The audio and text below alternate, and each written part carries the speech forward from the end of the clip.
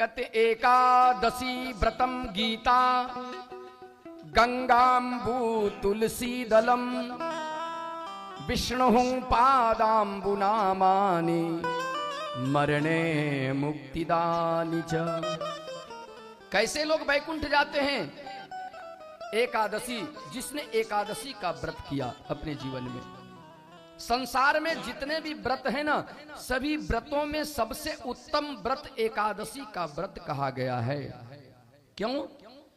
बोले सभी व्रत केवल यही फल देते हैं, लेकिन एकादशी का व्रत यहां नहीं, ऊपर जाने के बाद हमें फल मिलता है। इसलिए जीवन में कुछ करो या न करो, कम से कम एकाक एकादशी जरूर कर लेना। एकादशी का व्रत हो सके तो अपने जीवन में जरूर कर लेना। और अगर प्रयास हो, शास्त्रों में तो बताया है एकादशी को आप उपवास न कर पाओ तो कोई बात नहीं, लेकिन कम से कम अन्न खाओ, लेकिन चावल मत खाओ, रोटी खा लो। रोटी अगर एकादशी को आप खा रहे हो तो रोटी खाने से भी एकादशी का कुछ पुण्य आपको मिल जाता है।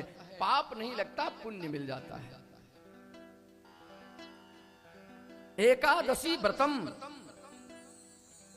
और श्रीमद् भागवत महापुराण का एक श्लोक, आधा श्लोक, थोड़ी सी भी कथा अपने जीवन में अगर सुन ली तो सीधे वैकुंठ की प्राप्ति होती है। एकादशी व्रत करने वाले सीधे वैकुंठ जाते हैं। एकादशी व्रतम गीता और गंगाम्बू तुलसी दलम, तुलसी का पत्ता, गंगा का जल, इस अगर अंतिम समय में मिल जाए, प्राप्त हो जाए तो मरणे मुक्तिदानि च। और मरना कहाँ अच्छा है और जीना कहाँ अच्छा है?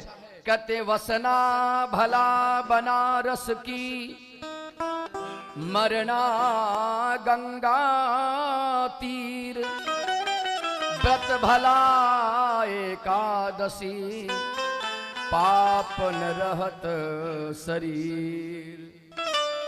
अगर वास करना हो, अंतिम समय में अगर आपकी इच्छा हो रही है मैं कहीं जाके बसूं, कहीं रहूं, तीर्थ क्षेत्र में मैं वास करूं, तो बनारस में गंगा जी के किनारे जाकर वास करो। वसना भला बनारस की। अगर आपकी इच्छा हो जाए, अंतिम समय है, अब मैं घर बार छोड़कर मैं कहीं गंगा किनारे जाकर वास करूं, गंगा किनारे कहीं मृत्यु आपकी हो जाए, मरना गंगा तीर, गंगा के किनारे अगर आपकी मृत्यु हो जाती है